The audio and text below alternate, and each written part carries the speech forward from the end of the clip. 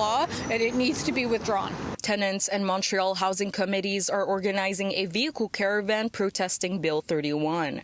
They're demanding the provincial government not take away tenants' rights to lease transfers, a tool often used to protect tenants from rent hikes and housing discrimination. The caravan will make stops at several CAC offices before ending at Quebec Premier François Legault's office in L'Assomption. We thought it was an important way to take the struggle to their doorstep and to make it very clear that we will keep the pressure going until they backtrack on this law. A recent report by the Coalition of Housing Committees and Tenants Associations of Quebec shows rent hikes going up by 14% in Montreal and by 19% in Quebec.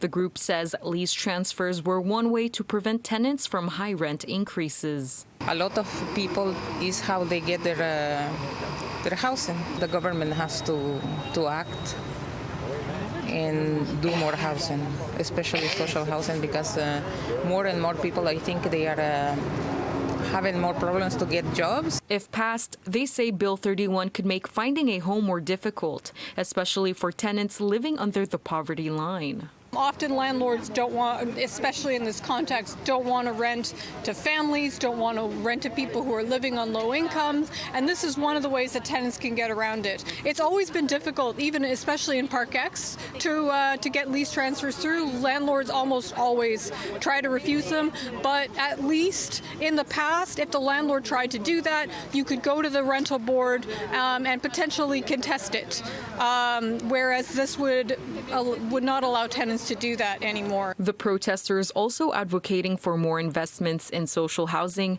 and rent freezes, which would temporarily hold landlords from increasing rents in events like a housing crisis. In Montreal, Diona Macalinga, City News.